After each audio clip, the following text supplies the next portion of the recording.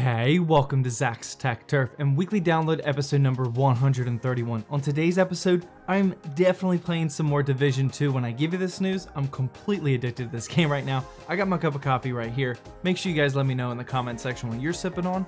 Let's get into it.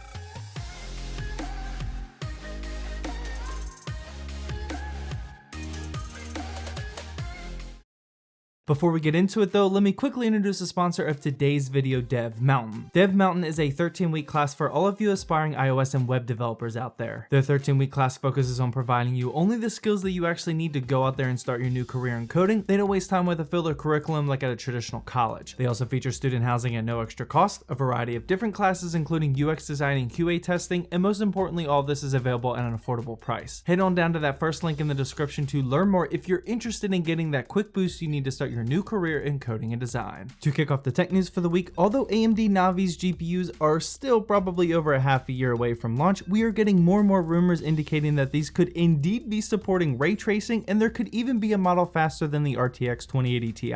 With this news though, the one thing I'm honestly getting kind of worried about is that AMD might try to build their own form of ray tracing to compete with Nvidia, and this will honestly just be a disaster. First off, who's even using ray tracing right now anyways? But secondly, imagine if game developers had to pick and choose which ray tracing technology they wanted to support. This is all speculation, but we'll definitely be keeping our eyes on this as we get later into the year. Moving on, HyperX just launched a new streamer/podcaster microphone that not only looks sick with the classic HyperX red and black colors, but also apparently it's competing with the Blue Yeti in terms of performance, which is definitely a win-win. This quadcast microphone is priced at $140, and I've been hearing some really good things already. I think Hardware Canucks did a full video about it, but yeah, since a lot of my audience wants to get into content creation, this may be the baller looking microphone that you've been waiting for. Next up on the gimmick product alert, a company called Arcos just unveiled a new 21-inch tabletop gaming tablet, which I'll admit looks kinda neat, but it probably won't sell that many units if you ask me. This massive tablet that's running Android Pie is aimed at swapping out classic tabletop games like Uno and Monopoly and instead playing everything digitally, which doesn't sound that much fun if you ask me. Moving on to the much more interesting PC gaming news for the week. Sorry the tech news was so short. Our first news out of PAX East. Let me know down in the comment section if you want to see a PAX East recap video, by the way. Borderlands 3 is finally confirmed, and we even got a spicy new 4K trailer to go along with it. We've been getting literal years worth of teasers at this point, so I know a ton of gamers are celebrating at its official announcement, and although we didn't get a ton of details about the game, it does indeed look good. The release date isn't announced yet, but it will be arriving to PC, Xbox One, and PS4. Next up on my favorite news of the week, a new Android and iOS app called Skill is looking to take the second screen app genre to the next level with some competitive games like CSGO, Overwatch, and more as they add support. In a nutshell, you link your gaming profiles to this app so that it can read the data on the game's servers, and after analyzing your playstyle for a few hours, it creates achievements that you should strive for, and then you're rewarded once you complete them. These aren't the baked-in cookie-cutter achievements that we're used to seeing, because instead these are tailored to us specifically, and I'm really digging this concept. This is great for developers as well because it'll possibly keep players more engaged in whatever title they're playing, and I'm super excited to see the development on this. Right now it's only in beta and I already signed up, so I'll let you guys know what I think about it in a few months probably. Anthem's back in the news this week as the latest Nvidia driver finally added the not so awaited DLSS support. I've talked about DLSS so much at this point that I shouldn't even need to dive more into it, but apparently from the article that I have linked down in the description, DLSS does indeed look a little bit better in this title than what we've seen so far, but I can't confirm that information, so don't hold me to it. Speaking of another not so awaited announcement, the Battlefield 5 Battle Royale mode is finally live. It's called Firestorm, and it includes all the popular things that you may or may not like about battle royales, but it does indeed have vehicles, which sounds cool, I guess. And finally, to wrap up the PC gaming news for the week, to celebrate the Elder Scrolls 25th anniversary, Morrowind is up for grabs for anyone that wishes to download it now, and then you can keep the game forever for free. Apparently, all you have to do is sign into your Bethesda Net account and claim your copy, so you should probably do that before it goes away at the end of the weekend. Well, there you have it. That wraps up weekly download episode number 131. Now, feel free to head on over to one of these two videos if you haven't seen them yet, and definitely hit the subscribe button because coming up next,